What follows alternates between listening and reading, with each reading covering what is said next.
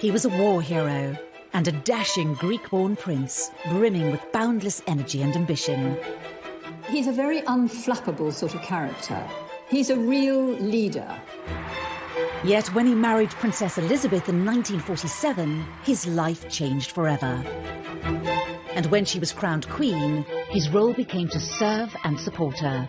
Prince Philip had to bow down and pay homage to his wife. I, Philip, am your liege man of life and limb. It's a role he's dedicated almost 70 years to.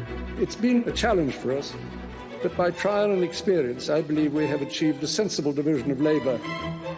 Why did he choose this life? And how have the requirements of duty sat with a man who is fiercely independent, opinionated and self-sufficient? He is someone who doesn't take easily to compliments, but he has quite simply been my strength and stay all these years. He's a curious mixture of being blunt, really quite rude at times, and very sentimental, very deep thinking, very inquisitive. Just how did Philip carve out a role as the king without a crown?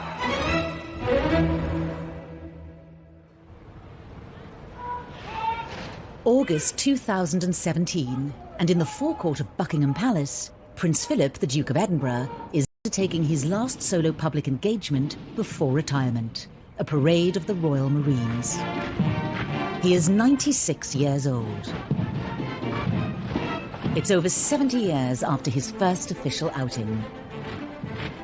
In those years, he's packed in over 22,000 such events. He's been admirable in every sense and completely supportive of the Queen, and she would be the first to say that she really would have been very difficult to do it without him. There is this sense that she's only really been able to be as successful on the throne because she's had Prince Philip by her side supporting her.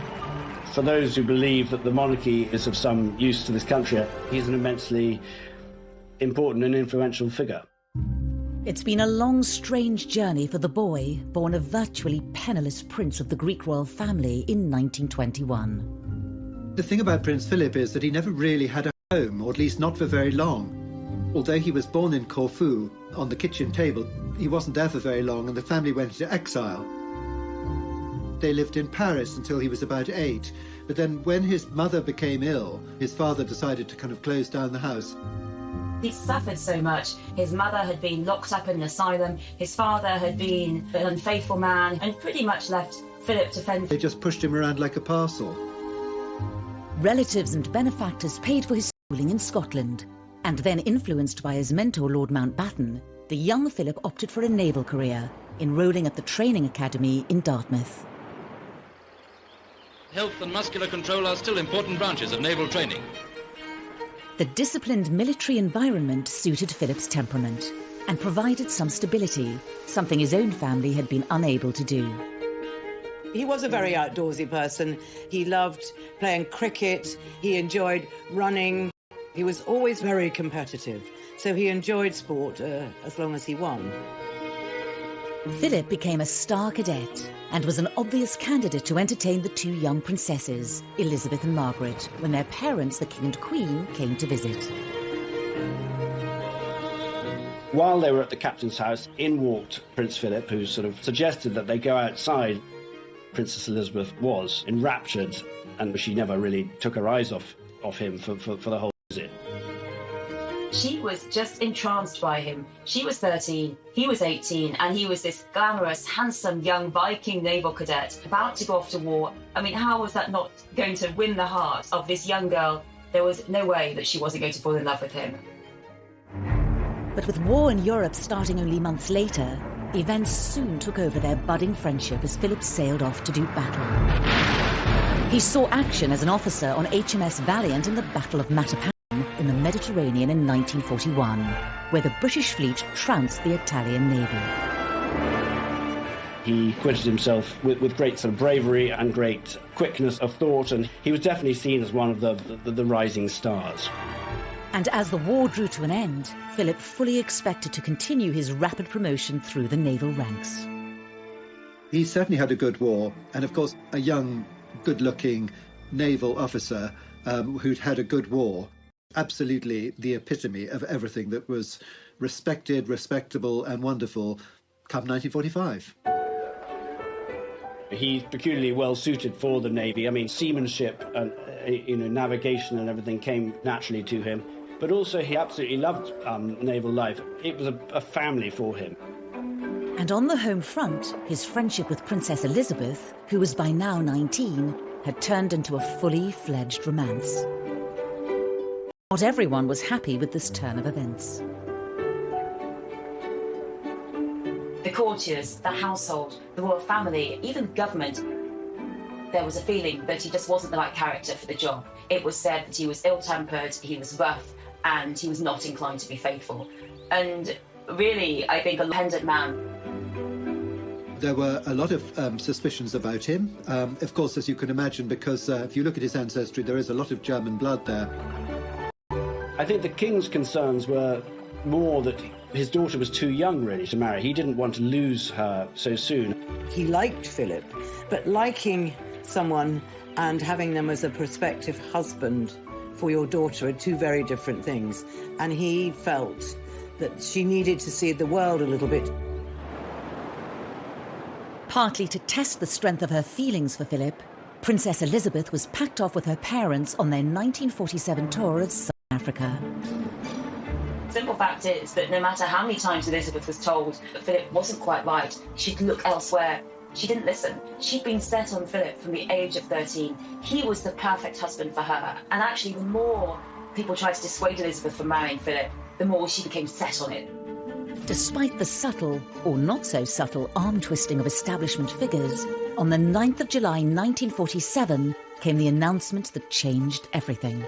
In these, the special studies of the pair since the news of their engagement, it's easy to see the radiant happiness of the princess as she and her very good-looking husband-to-be pose for the cameras in the palace.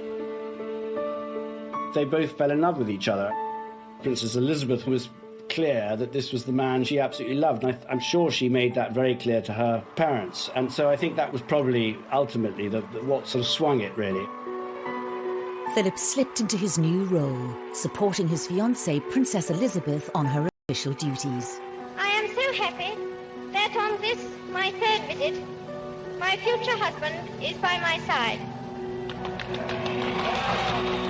He was the semi-destitute prince who had won the hand of the most eligible bride in Europe, if not the world, and with it an invitation to join a secure and settled family, very different from his own chaotic upbringing. But as he was to find out, the decision to marry Princess Elizabeth came at a price.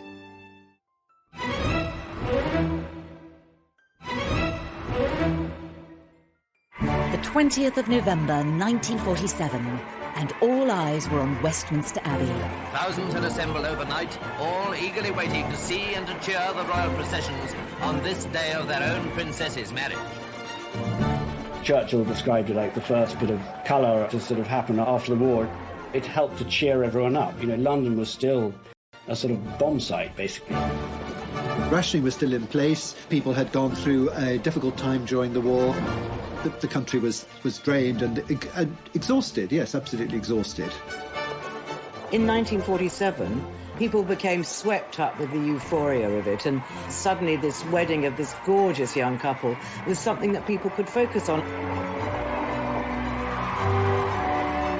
There's this beautiful wedding with a lovely gown and bridesmaids and all the things people had missed in the 40s and the late 30s. But when it came to compiling the guest list, there was one decision that indicated just how sensitive the establishment was to Philip's background. Prince Philip's sisters were not invited to the wedding because they were married to quite high-ranking German officers, and one a member of the SS. His father had died during the war, so the only member of his family there was his mother.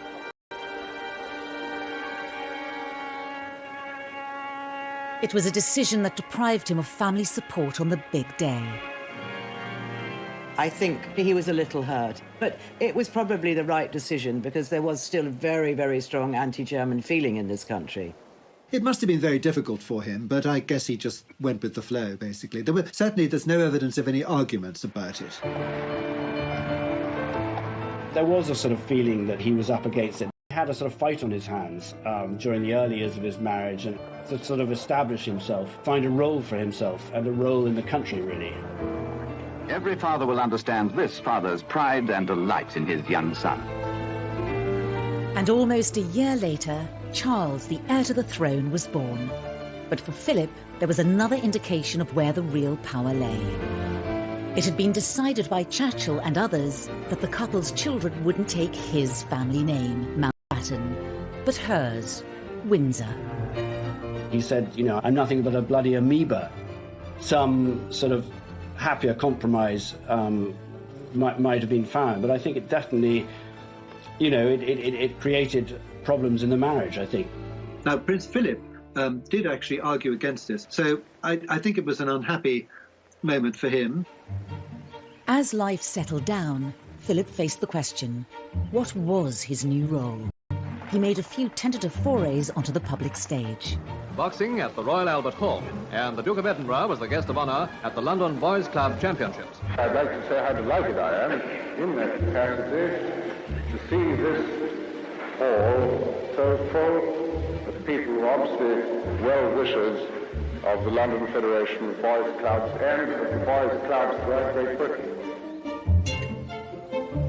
But what he really wanted was to continue his highly successful naval career, and that meant a stint as an instructor. Lieutenant Mountbatten returns to the Naval Training Centre at Corsham, where he's an instructor at the Petty... It wasn't his thing. He wanted to be out there, commanding on active service. So desk jobs, teaching, administration, that really wasn't the job he wanted. Malta greets the arrival of Princess Elizabeth. His luck changed when he was posted to Malta in 1949. It was famously what they described as their happiest time. It was a place where they could be free and people didn't gawp at them, and it was a very lovely time for them in all sorts of ways, and a very fulfilling one for him professionally as well. They were young.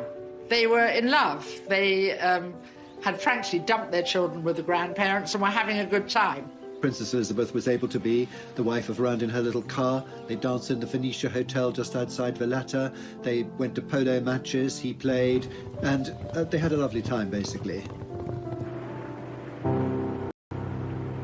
The only cloud on the Mediterranean horizon was the deteriorating health of King George VI. The nation's concern at His Majesty's illness is reflected in the crowd of loyal sympathisers gathered in the rain outside the palace to offer their own personal tributes. The King's health broke down very soon after the war. There were state visits when Princess Elizabeth had to make his speech, when the Queen Mother would be greeting, as it were, the King of Norway, and the King didn't even leave his room.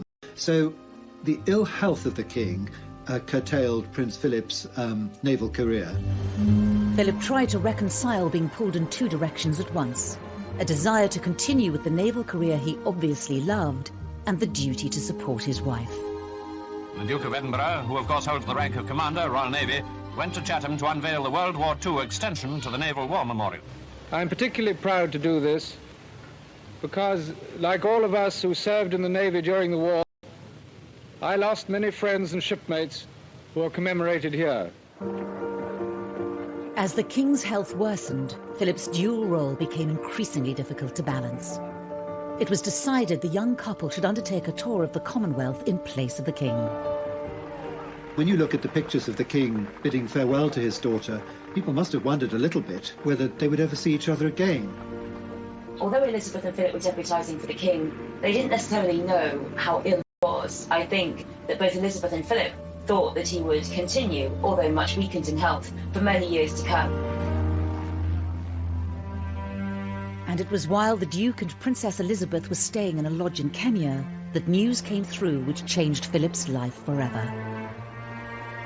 The death of George VI was a huge shock. Prince Philip looked as though the world had ended. It meant the end of his free life, really, and this was a sort of moment which he knew was going to happen at one stage, but he had sort of... And it fell to Philip to break the news to Elizabeth. Prince Philip took the Queen for a walk, and that's when he told her that she'd become Queen.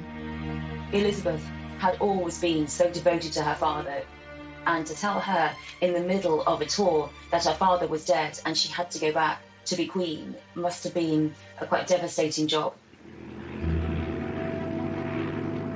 The tour was abandoned and the couple returned to the UK, leaving their old lives behind in Africa. They flew back almost immediately, and there's that very poignant pictures of the Queen coming down the steps in black, as a young queen almost coming to claim her kingdom. For Philip, this was the moment when he realised that he was now going to be consort, and his role now was to walk 2 steps behind the Queen. And it was really a very difficult moment for him. I think it would have been difficult for many men in the 50s to have to walk behind their wives, to be the consort, to be the support. Had he been allowed to continue with his career, he might very well have reached the position of the most senior man in the Navy, because people who sailed with him did think that he had the talent possibly to have become First Sea Lord on his own merits. He'd just been promoted in the Navy, in the Royal Navy. The best years were ahead, he said later, but he had to give it up. He had to be at the Queen's side. And it was a massive sacrifice for him.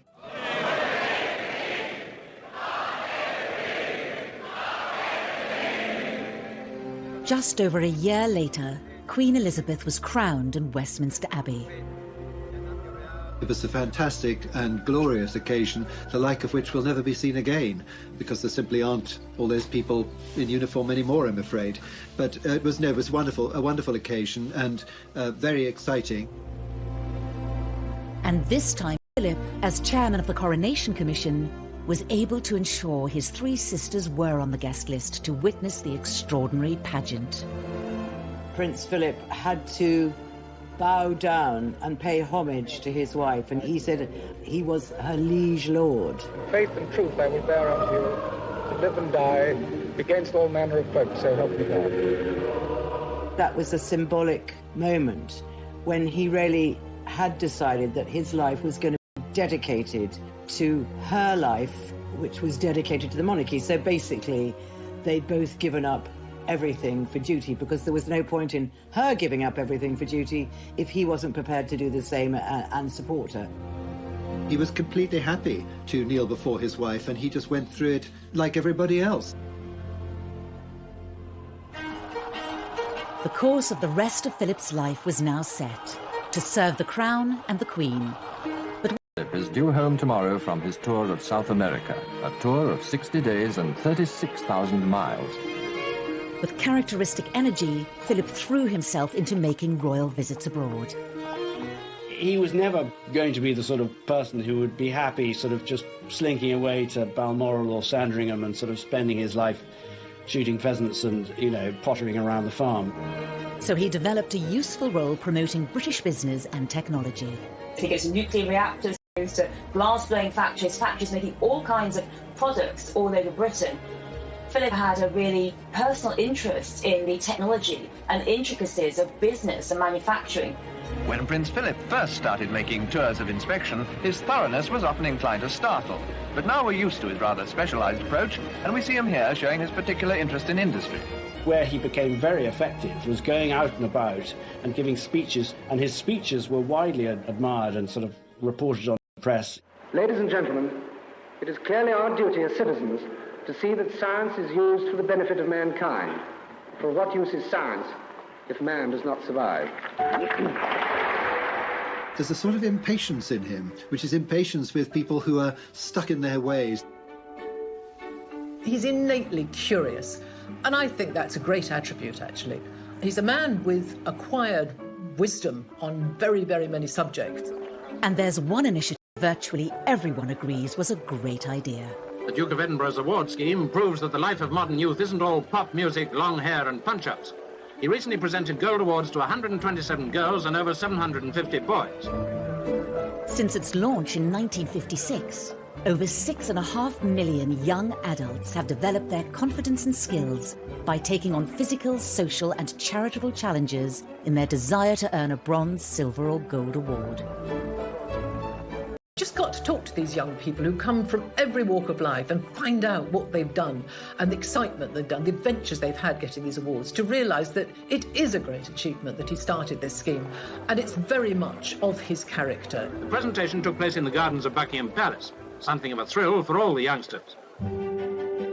Whatever his personal feelings and frustrations, Philip was reconciled to his role supporting the Queen, was father to 4 children, and the monarchy seemed secure for another generation. Philip's life seemed as settled as anyone's could be in his extraordinary position. But soon the settled life would be tested to its very limits, and the test would come from inside his own family.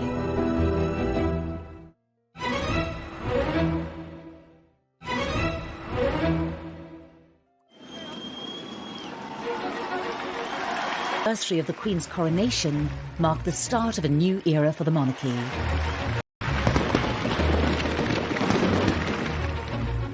The year before had seen the Duke of Edinburgh and the Queen welcome the birth of their first grandchild to Princess Anne. But thoughts soon turned to Charles, the heir to the throne. Approaching his 30s and still single, Prince Philip was anxious for his son to settle down and maintain the line to the throne. It was his father who had made all the decisions about the children during their lifetime. He very much was the one in the family who wore the trousers. So I think the fact that the role fell to him to give him a kick up the backside, to say now was the time, he couldn't just swan around with any number of pretty girls on his arm. And so, yes, it was probably natural for Prince Philip to take that role. When the Prince of Wales began courting Lady Diana Spencer, it seemed to many that he had met his match.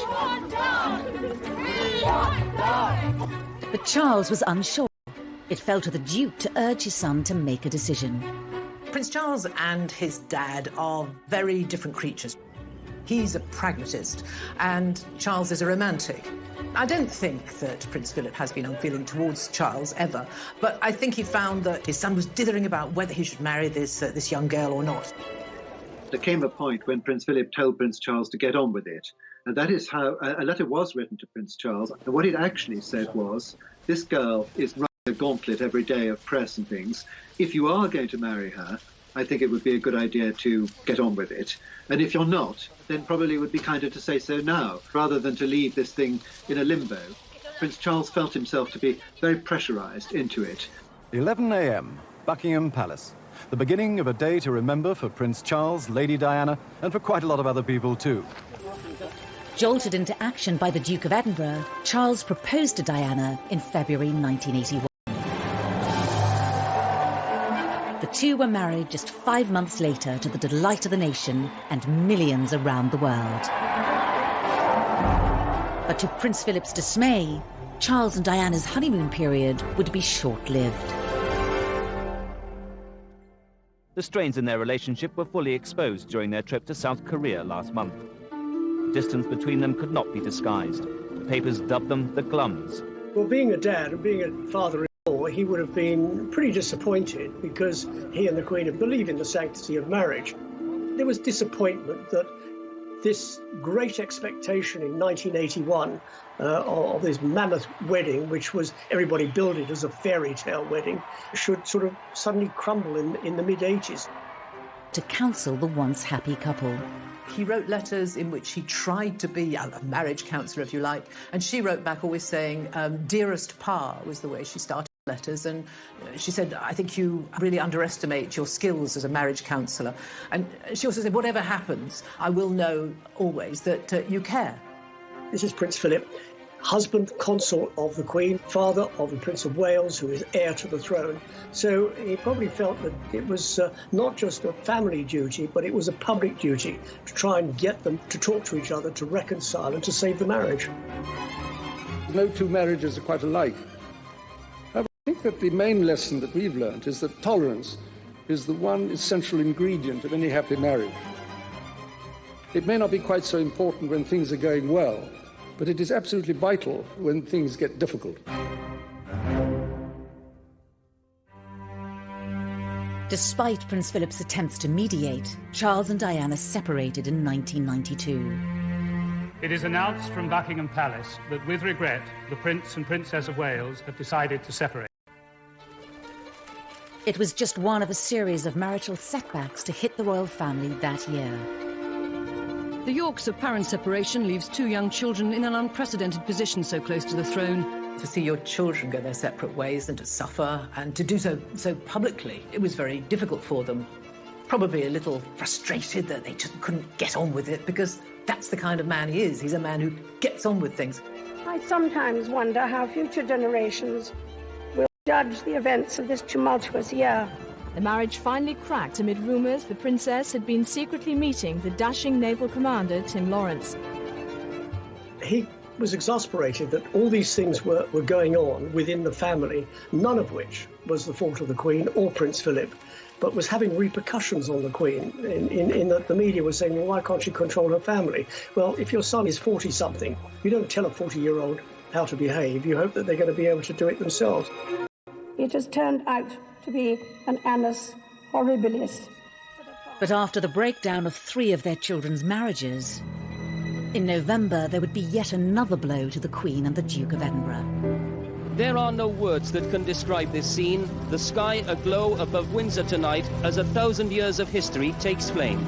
The Windsor Castle fire was a huge personal tragedy for the Queen. It's a much-loved home, and I remember being there and watching her in the courtyard the morning after the fire, walking amongst the smouldering timbers, and I felt really sorry for her. She seemed like a rather sad old lady at that moment.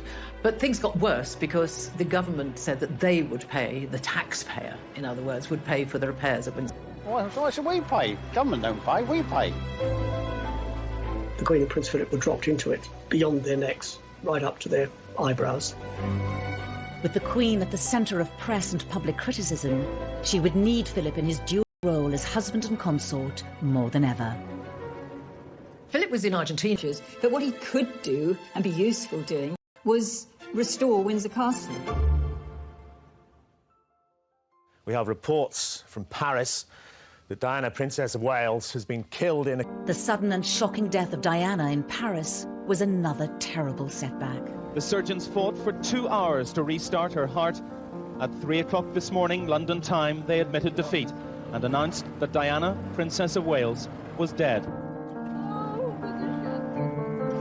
The decision to remain at Balmoral in the days that followed caused public uproar. But it was a family decision, and one Prince Philip was at the heart of. The Queen and Prince Philip took the view that when Diana died, the children who were already at Balmoral should stay at Balmoral, and that the family should hunker down together in Scotland, looking after those boys and wrapping their arms around them. Philip would have been very instrumental in them staying up in Scotland, because he would have known the way a boy gets over stuff is doing stuff, activity, climbing a tree, and also running, physical exhaustion, so they would actually sleep at the end of the day. All of those things would have been part, if you think about it, of the training that Philip had had. He's always done exercises all his life, and I think he would have thought this is what might help the boys through the next couple of days. But they did eventually come down to Buckingham Palace. Someone handed a bouquet to the Queen and said, look after the boys. And he said, well, that's exactly what we have been doing. That's what we've been doing. He was very much the grandfather then, and he continued to nurture and guide William and Harry through those dark days following Diana's death. These people are waiting to see the People's Princess pass by on her last journey, and the royal family are at the gates of Buckingham Palace waiting to do exactly the same thing. Just as it was behind closed doors in Balmoral, Prince Philip's role would be just as pivotal on the very public day of Diana's funeral, as millions watched around the world. I wondered where the Duke of Edinburgh was when I saw the gates of Buckingham Palace. I should have thought of it. He, of course, going to walk to a gentleman of 75 years old. Philip played a very big part in the way the funeral played out. Charles Spencer wanted to walk behind the cortege himself on his own. And the two Charleses fell out over this. And it was solved and sorted by Prince Philip, who stepped in and said, look, I will walk as well.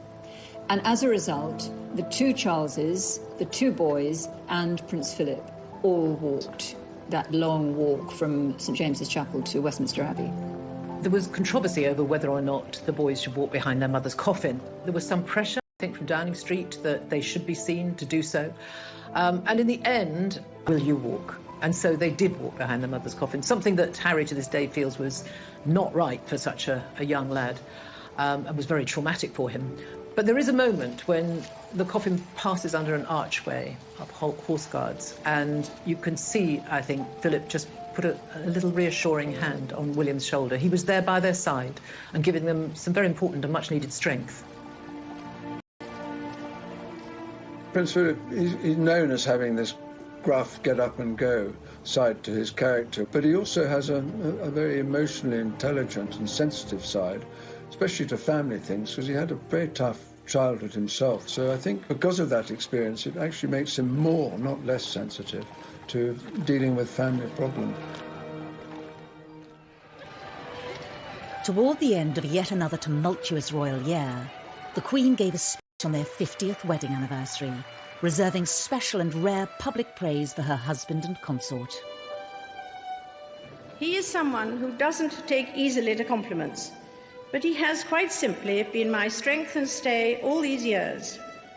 And I and his whole family, and this and many other countries, owe him a debt greater than he would ever claim, or we shall ever know. When tragedy has struck, or when the monarchy has looked as though it was going through a rocky period, that's where Philip has really come into his own. He's a very unflappable sort of character. He's a real leader and a tower of strength. The Duke had been instrumental in helping the Windsors navigate the most turbulent years of the Queen's reign. And thankfully, brighter times were ahead. By 2002, the dark clouds over the royals lifted, as the British people came out in their millions to celebrate the Queen's Golden Jubilee. Prince Philip was, as ever, by her side to share in this momentous occasion. If ever the monarchy came close to real serious difficulty, it was during the 90s. But really, by 2002, the reception that the Queen got for her Jubilee just made all of that decade's disaster go away, really. For Prince Philip, as the strength and stay of the monarch all of these years, he wanted a milestone himself, and 50 years on the throne was significant for him as her partner and right-hand man. He also enjoyed seeing the crowds, so he was very much in tune with those who were coming out well-wishing and enjoying it on behalf of his wife. And suddenly it seemed like they were having a royal renaissance. The royal family's popularity was at a high, thanks in no small part to the Duke of Edinburgh's unerring support. But fresh challenges would be just around the corner for the Queen's loyal consort. The moment of reckoning for Prince Philip.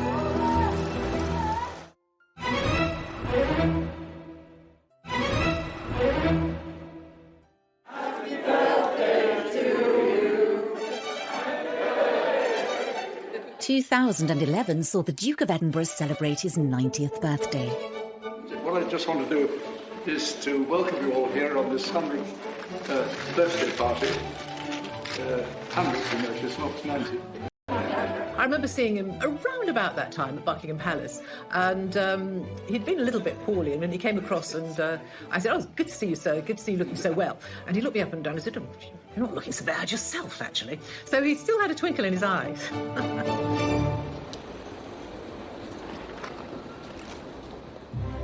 The Queen had a fitting birthday gift lined up for her husband, awarding him the post of Lord High Admiral of the Navy. Philip, Duke of Edinburgh, as we seek thy blessing upon him as Lord High Admiral. Obviously, he'd much rather have stayed in the Navy and earned that title, but he knows that that wasn't to be. He had another job to do, and that job which he took on and which he's adhered to all these years is simply to support the Queen in everything she does, first and foremost. Although when asked that, I mean, he said, regrets? What's the point of regrets? You know, there's no point in regret. See, practical man, no point in regretting. This is what it is. Get on with it. Nothing typified the Duke getting on with it more than the rain-soaked Diamond Jubilee of 2012. But on this occasion, Philip's dedication to duty came at a price. He stood there in the rain, as did the Queen. There seemed to be no shelter at all, and unfortunately the next day he was taken to hospital with an infection, and we realised that he wasn't going to be able to take further part in the Jubilee celebrations. It was a journey they should have made together, but today the Duke of Edinburgh's place was taken by Lady Diana Farnham. To many, it was a sign of things to come for the 90-year-old consort. That first time we saw her without him, and you knew that he would have been normally his normal 2 steps behind. We suddenly thought, oh, is this how it's going to be? The Prince of Wales and the Duchess of Cornwall joined her on her carriage procession. But Prince Philip should have been there, and it did not feel the same without him. In 2017, the Duke of Edinburgh brought the curtain down on over 65 years of royal service. At one of his last engagements, someone said, "Oh, I'm sorry to hear you're standing down." He said, he was feeling physically that maybe he should take it slower. But stand up he did, for the last of his stints as royal consort. And again, it was one of those days, if you hark back to 2012, that river pageant, it was chucking it down. Well, it was raining. It wasn't quite chucking it down, but he was in his raincoat and he had his bowler hat on. And he went out there at 96 to meet the soldiers, representatives of the Royal Marines and the officers, to say goodbye. That would have been quite a wrench for him because he'd been Captain General of the Royal Marines, so it was pretty important.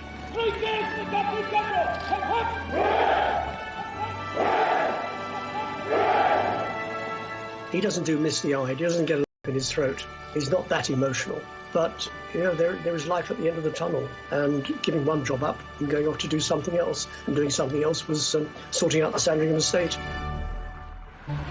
And it was near the Sandringham estate in 2019 that there was to be another unscheduled public appearance for Prince Philip.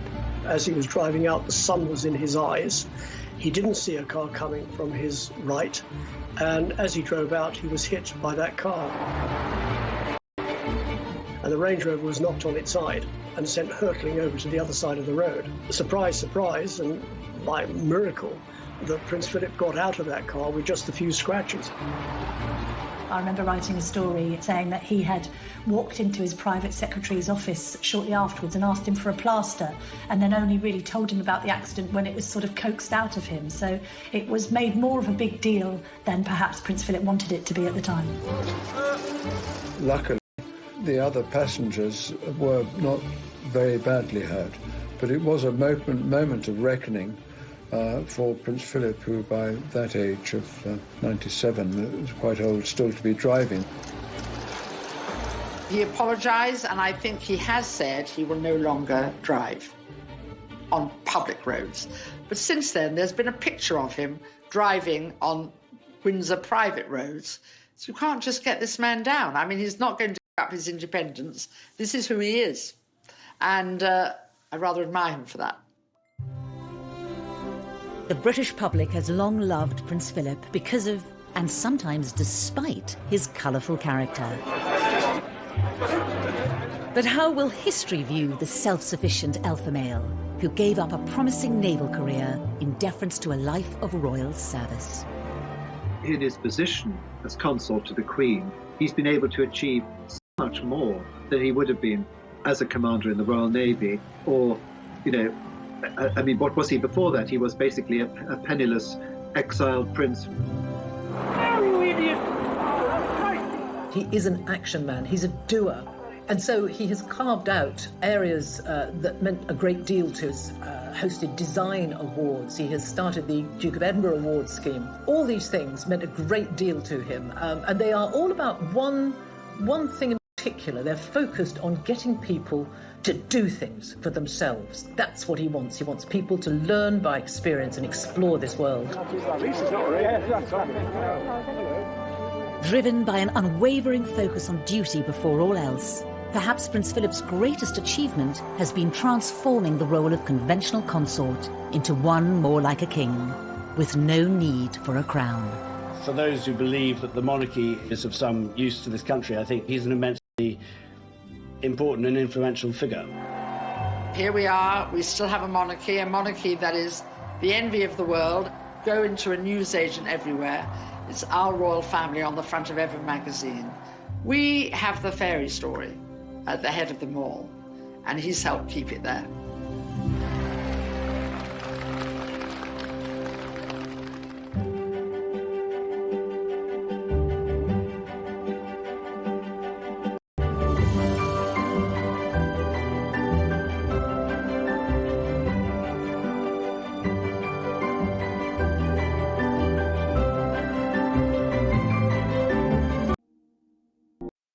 settled family, very different from his own chaotic upbringing. But as he was to find out, the decision to marry Princess Elizabeth came at a price.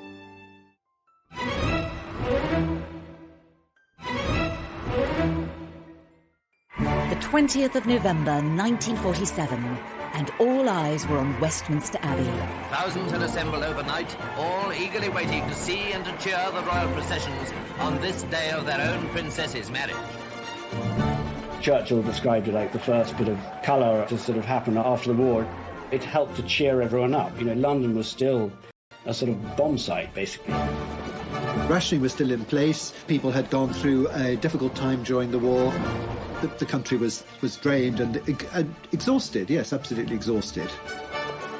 In 1947, people became swept up with the euphoria of it, and suddenly this wedding of this gorgeous young couple was something that people could focus on. There's this beautiful wedding with a lovely gown and bridesmaids and all the things people had missed in the 40s and the late 30s. But when it came to compiling the guest list, there was one decision that indicated just how sensitive the establishment was to Philip's background. Prince Philip's sisters were not invited to the wedding because they were married to quite high-ranking German officers, and one a member of the SS. His father had died during the war, so the only member of his family there was his mother.